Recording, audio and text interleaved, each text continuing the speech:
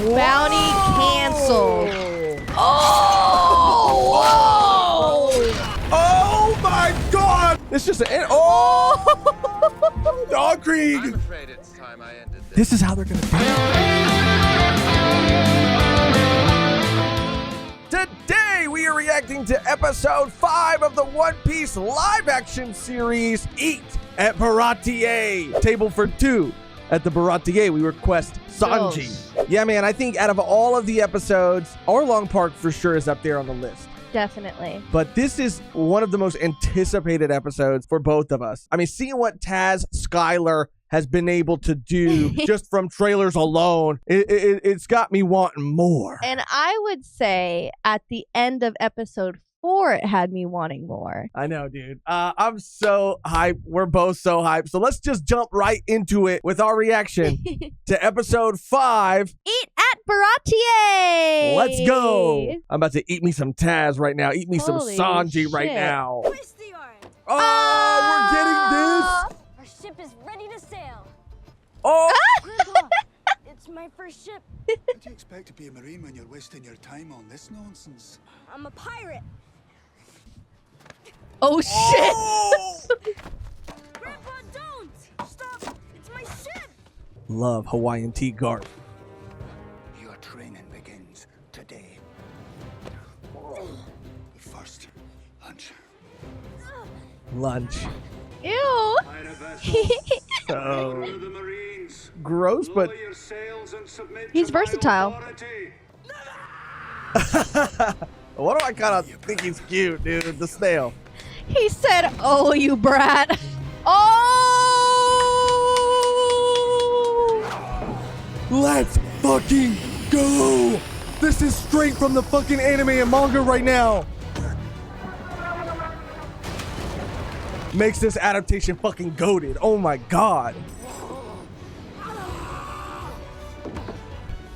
I don't think I was about to say. I was like, I don't think I've ever seen Garp that mad. Not bad, boy. That's amazing. Bro, they're in their bag this episode my at the very God. beginning too. That was so sick. What the heck? Look, Luffy, playing follow the smell is fun and all, but really gotta get out of this fog. I know, but I smell food, which means that there's someone somewhere cooking. This episode is already like the most fucking lit Bra, episode. bra, bra. Ratier. Let's eat. We eating. We eat. Fish better have a bar. I'm just going to kill him. Like to see you try. And I'd like to pour you each a glass of Burgerstein on the house. Good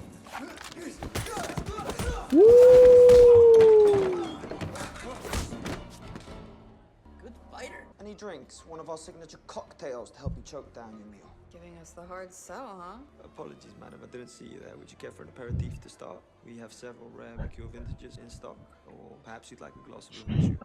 You know, something sweet for someone sweet. Waiter, can I get a beer and something for my friends? 2 beers. I usually have 3, but... And the milk. 3 beers and a milk. And, no matter? Water. Who is he gonna call? Hello? Mehgan, did I catch you in the middle of something? Bounty canceled. Just killing some time. Oh!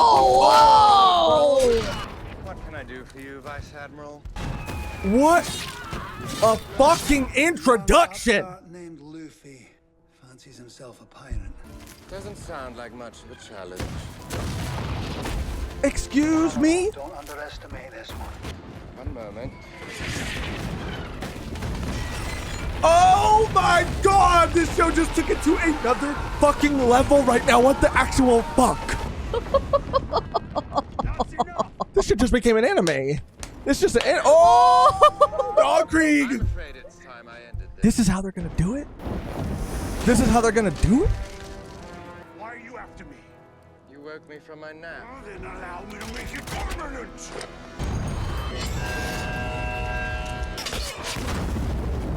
This is a fucking full ass. It's not even live action anymore. It's fucking anime. Where am I headed? That might have been my favorite sequence in the whole show so far. That was. Bring him alive. You're a really good cook. Why is Seth making you wait tables? Because he's jealous. First Siggy of the season. That ain't no lollipop.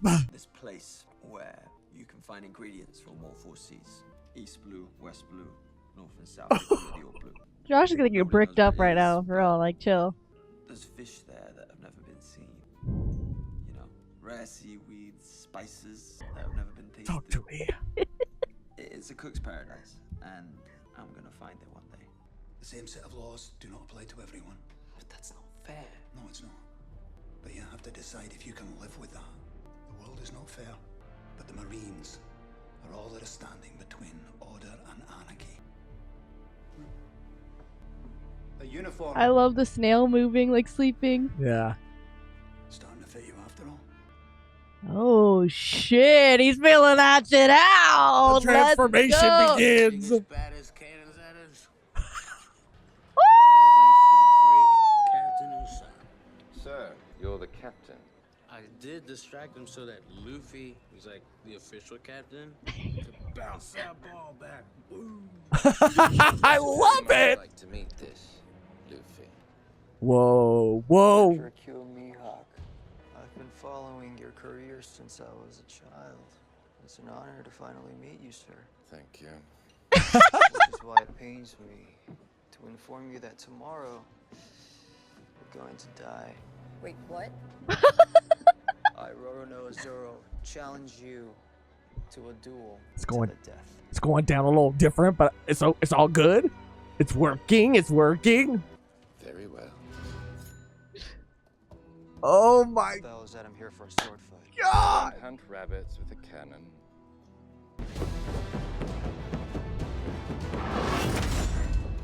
God damn, dude. They're making the most anime thing of all time look so fucking cool.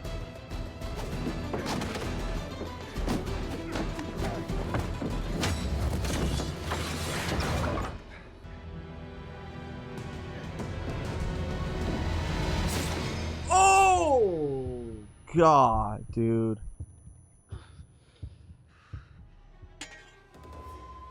That's more like it.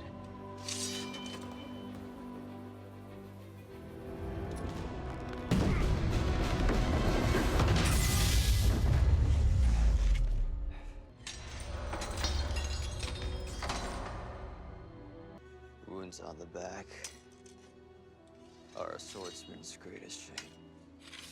Magnificent.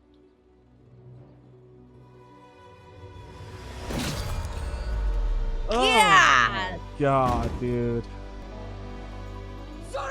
Holy shit. Monkey D. Luffy. What's your goal? I'm going to become the king of the pirates. King of the pirates, eh? It's a much more treacherous path than even defeating me. I don't care. It's what I'm going to do. Maybe you will at that. Roronoa Zoro, it's too soon for you to die. Grow strong and come find me. I'll be waiting. Yeah, man. I'll never lose again.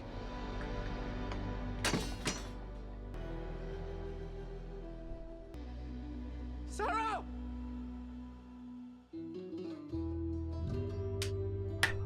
That episode That flew by. was the best episode so far. Hands down. That It was the has best. to be. It's between the first episode and this one. I'm almost speechless. I'm gagunked. I mean, to me, okay, again, the structure of the conversation, trying to keep it on track. General thoughts on the episode, then plot specific, source material stuff, but nothing beyond that, then full blown spoiler territory. I mean, I am, like you, Megan, gagunked. I think there are so many things in that episode throughout that are so anime, and I felt that and said that throughout the episode, but I feel like there's so many things that other adaptations might have not done as faithfully, and sure, they move things around, things have been cut, quote unquote, but like to stick to their guns and to go all the way out with the sequences that they did, specifically with Mihawk and his introduction, that fight with Zoro. It does, and this is something we're going to keep saying. it does change things, but it keeps what those things are at its core. And there's no better example than what we saw here. I mean, go off, Mehgan, go off. I need a minute. I mean, it's exactly what you said. Like this episode, we were excited, obviously, about meeting Sanji and seeing Zeph and the Baratier and everyone involved. Like that was already exciting.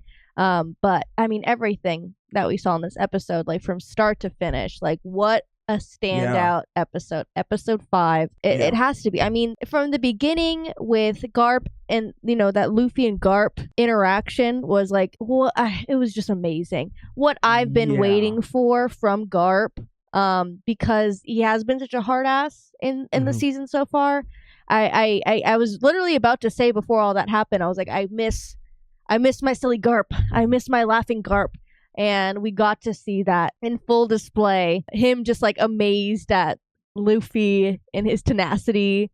And that was it made me feel better about him so far in the season, because he has been portrayed as a hard ass. And even in the dialogue with him and Kobe, this is how the world works. Like this is, I love that. I love all of those scenes, because they are, like you said, and we've said multiple times throughout these discussions, is they are doing such a good job of setting up both sides of the world, right? And the Marines and what they're supposed to be versus what they are, and same with pirates. Like I think that's what's really driving that point home. And I really truly believe that is what's going to connect and make a lot of these things make more sense and hit even harder and make it more clear for first-time viewers. I think this is a great way for them to quickly and easily get a better understanding of what's going on in the entire world and how things currently are. The state of the One Piece world at this time, like it is so important to see all of these things because of the build-up that is the story of One Piece. Learning all this information about the world and the state of it in this moment in time is so important for the trajectory of all of One Piece, even to this day in the manga. Like it's so important. But and the history, the rich history that exists between these characters. From start to finish, we got so many amazing moments. I mean, what stole the show, of course, we keep saying this about these like Kuro and Buggy wasn't really like a mini, but these antagonist type characters, these pirates. Mihawk again, stole the show. Sanji, stole the show too, but that end with Mihawk, man, like I was excited to see him, and I knew he was going to be a standout, but that introduction scene, that is like, I forgot where I saw it. It was like a Ichigo and Renji fighting in the live action movie. Right. Yeah. That was really good. That was really good. The visual effects did look good. They were good. The fight scene was choreographed well. Like it was good. People show that and say like, oh, like good at live adaptation can be done. This scene is the new fucking minimum. One of them, because we haven't even seen the rest of the series. Oh my, I cannot. And I cannot. And it was the slash of the ship that just That's what I'm stole saying, it, dude. man. They like, committed. The cutting of the bullets? That's what I'm saying. Like so many other shows would be like, oh, maybe he can't pull out a little knife and fight it. But no, they're like, nah, that's what happens. That's what happens. And they did it, and they committed. And the show and the characters within this show take those moments seriously. It is shot seriously. It is shot well, lit well, choreographed well. So we take it seriously. They're not sort of phoning anything in or saying, oh well, we know it's kind of goofy, so we're gonna like do some things to make it not so serious, so that people know not to take it so serious. Like no, they're fully committing in every way to it, and that's why it's working. All these other fucking studios, get your notepads out, watch this episode, and take some fucking notes, okay? Because this is what you can do if you believe in the story that you're trying to tell, that you're paying money to adapt. If you believe in it and if you stick to it, and believe in like a person's, like, I don't know, like let their imagination run wild, like let them be the judge of this thing, because it looks amazing. You just kind of believe it, and people, I feel like studios and other people don't trust in like people enough. Yeah. If they're going to present a good product, like just present it. And they'll try to get ahead of it. Like I said, they'll try to get ahead of it. And exactly. Like people are going to think this is goofy. So we're going to like make a character comment. Like that's, you don't need to tear people down and bring people up. It's what I always say, you know, but in other adaptations, you know, they'd have a character make a joke. Like, oh, what's that little thing, you know? Or I don't know. I'm not, you know. What is he overcompensating? Yeah. Something? Just because they're gonna want to nod to the audience and go, look, guys, we know this is goofy, but they didn't do any of that. Everybody was fucking scared. Yeah. Everybody was grabbing each other's hands, terrified. Yeah, it's a fucking warlord. Yes. Like again, they're setting up like the crew at this point in time. This is where they're at. This is where a warlord is at. Yep. You do the math. Yep. And even having we had Ging coming in. Yes. And that was a super important scene too. Yep. Telling, you know, Luffy, like, watch out. Like, you have no idea what you're up against. Which is why I like that they, you know, did kind of have that flashback, which I didn't expect to see with Garp and Luffy, because I don't know if I feel this necessarily watching, but it was something that I, in hindsight, having the context, realized like, oh, that does make things make so much more sense, because you're looking at this quote unquote upstart who's going into this world of pirates who are very established. Kuro, who Axe Hand Morgan like had to take out, you know, quote unquote, and Buggy and all these people. Buggy, who knows Shanks, and said that he was on Shanks' crew. Like, how is he just kind of like blowing through all of these people? And it was that for me that made me realize, like, him, Garp saying like your training starts today when he was a little kid. Like, oh, okay, he's had an admiral, you know, like training him since he was a kid, you know. You know what I mean? Like, and Garp throwing the fucking cannonball. Oh my god. Yeah, dude, that was like, I'm telling you, like this episode from start to finish was like absolutely insane. Absolutely insane, down to like the added moments between like Nami and Zoro. Yes. Them having those moments together. Like Zoro, like when Zoro challenged Mihawk, Nami was like, I just had a moment with you, dude. Like, you're my friend. Like, you want to get to know me, you know? Like, it was just like a really good camaraderie moment. Yeah. And her not leaving, obviously, like, is a clear sign that she is like kind of becoming attached to these people. And I mean, okay, like all the Sanji shit too. But that's the thing, like this is kind of crazy because we got that like really awesome scene, a couple scenes with Sanji, but it really was the Zoro Mihawk episode. And so I think we're going to get a lot more in the next episode. But everything we got from him was fantastic. And we got a cigarette. Love it. I was about to say, I was like, they have to. We're seeing blood. We're seeing butts, you know, it has to be done. And we got to see, like, I like this, right? We got to see how Sanji's attitude has been adapted to better fit live action, because he is flirtatious, but in all the promotional material, it seemed like he was like really good at being flirty and really charming. But in that scene with him and Nami, he was coming on very strong. Like, he didn't stop. He didn't break eye contact. And it was a bit intense. It still was like very charming and very smooth, but it wasn't like self-aware enough that when the person wasn't into it or reciprocating at all, that he would stop. So I like that he is that like persistent. He is that like oblivious. Like, he is just so like one sort of track mind. I think that's a good way to show that. Yeah. And it's not too heavy-handed. Right. It is perfect. It is like, I love that scene because it's not heavy-handed, but you can tell there's a clear difference between when he talks to a woman and a man. He's like, what do you want? Freaking shove your face with shit? What do you fucking want? Yes. What do you Oh, sorry. I didn't see you there. Yeah. Did you want any? Like, his voice changed. Everyone was like, what the fuck? Yeah. And then they only ordered beer, and he was just like, cool, got it, beer, got it. The most general, vague thing in the world. And she's like, I'll just take a water. He's like, sparkling, tab, hot, call, ice, you know, what do you want? Yeah. But, you know, it's funny. He kept going. He never broke eye contact. And I think that, you know, at a certain point, Nami was just, I mean, maybe since the very beginning, was like, I just want a water, like, leave me alone.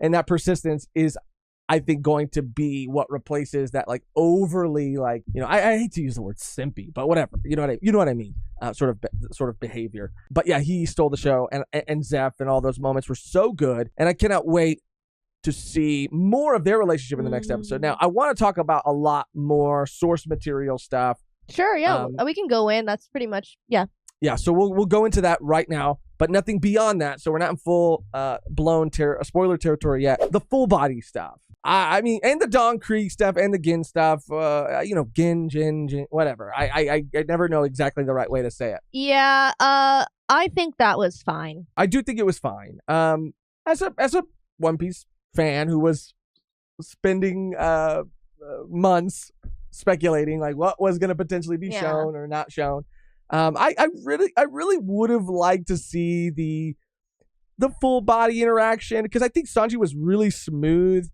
in that moment with the woman that Full Body was with. Yeah, I mean, in the episode, he looked at her and just smiled and then walked away, and I was like, I was expecting him to like grab the hand, do a little smooch, but I mean, but I liked it because it kind of played to him being flustered about being on the floor at all. He doesn't want to deal with these people. He'd rather be cooking, so he's just like, that's why he's kind of like, because he's talking to the guys like he doesn't already give a fuck. Right. I think Justin Nami, and he's like, oh, what do you want? Like, blah, blah. Like, Yeah, I understand. I get it. I'm not upset. I'm not mad at it. But I don't even know if bum's the right word. Like, I just it would have been cool to see. Yeah. It would have been cool to see, because I've always thought that was such a cool ass introduction for Sanji. And I like that they paid the homage. I like it, that it was a nod to the anime and manga fans. But they kind of blew right past that. The Dawn Creek stuff, see, we had got it kind of all wrong, but I really thought that Dawn Creek was still going to show up, but he was used as a cutting tool for Mihawk, which I had kind of like speculated was going to happen, like, but I thought it was going to be at the Baratier. Yeah, but it wasn't even at the Baratier. Nah, I mean, there's too many things. Yeah, there's too many. Even in the manga, we got literally like that fight. We have the Dawn Creek. We have Mihawk. There's like boom, boom, boom, boom, boom. This is kind of like the same thing with like Mihawk, Sanji's introduction. But as we know, we saw clips of Arlong. We know that he's going to be showing up. Arlong at the Baratier and the fishmen, they're going to be showing up. So I do wonder if Gin still has a connection to. He is a member of, obviously, Dawn Creek's pirates, but I just wonder if they're going to sort of like rewrite it or like rearrange it, because I do think that like his betrayal. Yeah, but I think that they already drove home his like the like him as a character. I think they already used him for the jumping off point that Sanji like will not leave anyone hungry. I think they're just using that, they're using maybe a different betrayal, right, that we might see. Yeah, and you're probably right, but I do think that moment with Gin and him. No, yeah, I agree. Is driven home so much harder because he does end up betraying, or at the very least, like selling them out and telling Dawn Creek like where they're at and leading Dawn Creek to them, I guess.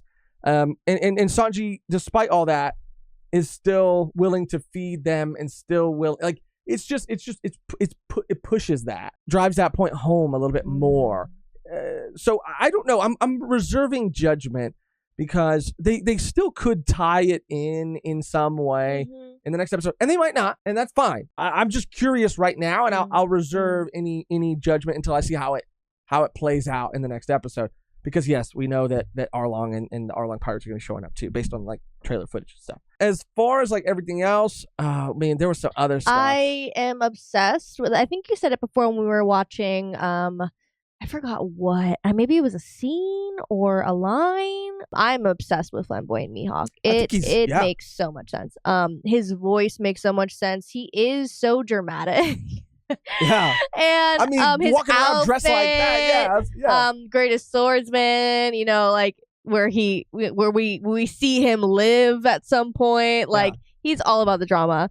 And I think he was like so perfect.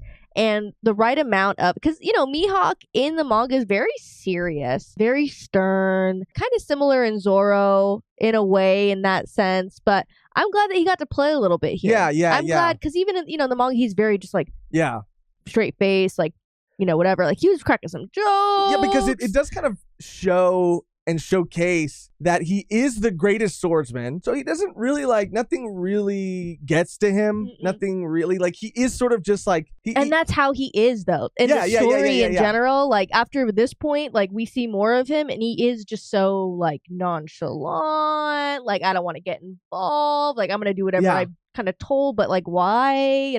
He is very, Yeah, he does. Zoro, because Zoro is more stoic and he's more monotone and hardened a bit, Hardened. I mean, I would say in this saga, he is younger. And he, even in the anime and manga, I think he was a bit more cheerful than he is later on. Yeah. He does become more and more of that stone hard guy because he is a younger guy here, laughs and blah blah blah. But Mihawk was always that type of way. Yes. So it is just funny to see him be what do you want? Yeah.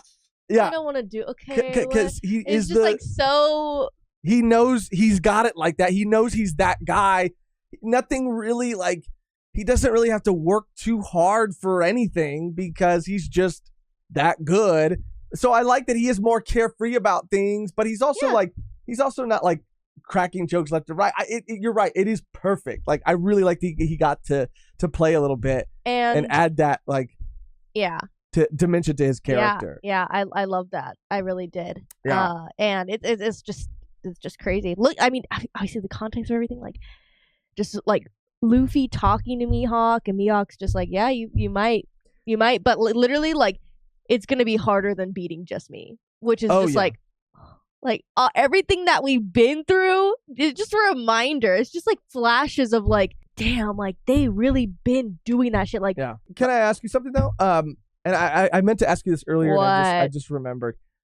So I think that everything. What? That's so serious. What's going on? I just remembered. Okay.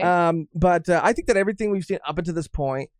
Again, I've talked before about looking at it through the lens of someone who's never seen this series before, maybe even someone who's never really watched a lot of anime or manga. And this was the first episode I had talked about. Maybe in the case of my dad, to be more specific, the bright hair colors, the wigs might be something that he would comment about, but would eventually be able to get over. But seeing as how there was a lot of anime stuff in this episode, how do you think that a non-anime viewer would respond to a lot of the things? Action. I mean, yeah, but I mean, we people watch Spider-Man. It's he's fighting Venom. It's people like that. Yeah, but that's a big muscly symbiote. This is still a sword fight. We're not doing Kamehamehas. I know. That's where I think it differs. That's where I think the line is. If you're fighting with swords, and I think someone would be engaged. But if you're doing jutsus, it's a little different. Because I want people to enjoy this series. I want it to connect with people outside of the anime and manga fans. So I'm just saying thinking of my dad when Zoro got, first of all, when he pulled the tiny sword or the little knife and then he stabbed Zoro and Zoro fell to the ground. Me knowing Mihawk is the greatest swordsman, knowing and loving the source material, knowing that he is so precise that he can. I mean, and the force he cut him with, and the force as well. But again, if you the end of the fight, you kind of realize he didn't really. I don't know. Maybe he saw his potential, didn't want to really kill him. I mean, he didn't kill him. No, he didn't. So I don't think that would be. I think the whole it's good. Yeah. No. It is. I don't. Yeah. I don't think that a average person watching is but why didn't you just use a big sword? Because I don't know, the information that we got of these are pirates that are working with the government. That's how strong they are. If the Marines were to go up against these warlords, these pirates, when they weren't warlords, there would have been a full out war. So that's why they're working with them. These guys are powerful, and I think that was driven home enough for it to be his line. I don't, throw. What did he say? I don't bring a bazooka, cannonballs to hunt bunnies. That's what I think drove it home more. If he just pulled it out with no explanation, no line, you'd be why is he doing that? Yeah. But no, I think you're right. He's just not Zoro's. It just again drives home all of this. They're just not at that level yet. Luffy has been doing shit and getting shit done, but even Nami's don't get used to it. We're just getting lucky. We should have lost that fight with the Marines, but we didn't. Yeah. Because of luck, because that's your grandpa. Yeah. We should have lost this. We should, it's just they are just getting super, super lucky. And us as manga and anime watchers, we know that like this saga, like that's all that it's just luck.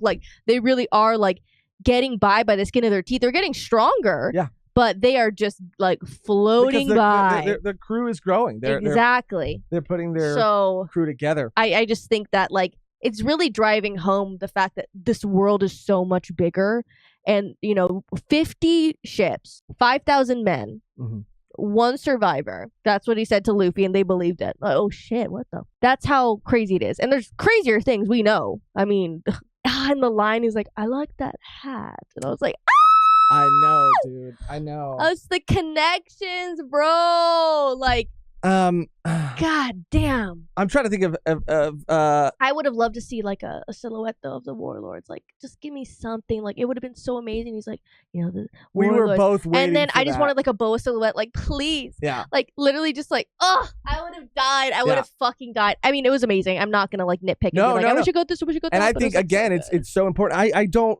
remember exactly when the concept of the warlords was introduced. It feels like it's happening earlier, but then again, it definitely wasn't from Helmeppo. But no, I know that, but I mean, it feels like it's happening earlier, but also at the same time, like it's because this is 5 episodes. Yeah, but it was like chapters upon chapters upon chapters. Oh yeah. But I like that it's being introduced now, and that we're getting it through Kobe and Helmeppo and Garp and the Marine side of things, like, and the complexities of like how Kobe's feeling about being a Marine in general, and like Garp really like laying it down and being like, here's a drink, like this is just how it is. Like you need to, like, you're either gonna like drop out or be like learn to live with it. And how he said, they try to like give me a different position all the time, and I just say no because I don't want to give them my freedom. And that's why like Garp and Luffy are so similar. Yeah. In the freedom sense, but it's just, and even all of it. This is my favorite episode so far. This is by far the best episode. It has to be, like, holy shit. And again, you're talking about their similarities. Yes. As grandson and grandfather through the concept of freedom, even though it's their own version of being free, which are very different from each other. They're just love of meat, the way that Garp was laughing. I mean, this is the episode that really shows you again what it means to Luffy, to everybody around him, to follow your dreams. You know what I mean? Like, it doesn't matter that Garp is a Marine. Like, and this could also be because he's his grandpa too, but he looks at him and he's so like almost proud of him in that moment, even though he's gone against him by even becoming a pirate. Like, he's not letting that stop him from like being proud of him, because that's his grandson and he's following his dreams and he's doing it. And that's what I love about One Piece, man. And that's what this episode did so incredibly well. I can't even really think of like super spoilery, like full. I mean, this is the second time this has happened. So we'll see how much we, need that section going forward. But I think it's just safe to preface it that way, because I there are some things I might want to comment that would be spoilery, but I can't even confidently comment on them until we see how this arc kind of wraps up. Yeah, for sure. Is there anything else you want to add? No, I mean, we're almost at the end, and this was like a perfect, like, I don't know what are the 5 courses? What do they call? I don't know the terms. I'm so sorry. Oh, you're talking about like in a 5-course or 4-course meal? Yeah, I don't know. This episode definitely did like recharge. I ate. That's it. I ate. I'm full. I'm stuffed, but I want more. I want seconds, thirds, fourths, and then dessert. It was really good. All right, well, that's gonna do it for our reaction and discussion of episode 5. Stay tuned for our reaction and discussion of episode 6 coming out very, very soon. Remember, if you're still here, subscribing, liking, commenting your thoughts. Was this episode as epic to you as it was to us? How do you feel about all the things that we got to see, how they were executed, the changes, the rearranging? Let us know in the comments below. Even anything we talked about as far as like if you're a manga reader, anime watcher, or have never seen anything, how did it all feel to you, play out to you? It helps us. Yes, but we do love seeing those comments and reading every single one too, and being a part of that conversation. So liking, commenting, subscribing, that all helps so much. If you'd like to see the full uncut, unedited, uncensored version of these reactions, then you can do that by becoming a Patreon member by going to patreon.com/volume1pod, or by becoming a YouTube member by clicking join somewhere next to the subscribe button on this video. You get access to that at our lowest tier on both places. So please consider, if you're in a place where you can and are willing to, please consider helping support the channel that way as well, because it does mean the world to us, and we are eternally grateful, and it is what allows us and gives us the financial freedom to do all the things we do. So a thank you to all of our current Patreon and YouTube members. And again, if you would like to become one and join that family, patreon.com/volume1pod, or join somewhere next to the subscribe button on this video. The only thing left to do now is to get out of here on our outro that is always the same and never changes, which today, Megan, is... This one's hard. Let's eat. Oh, okay. Yeah. Let's eat. Sure. Thank you for watching. Thank you for any and all ways that you show your support. And until next time, let's see. We were eating good that whole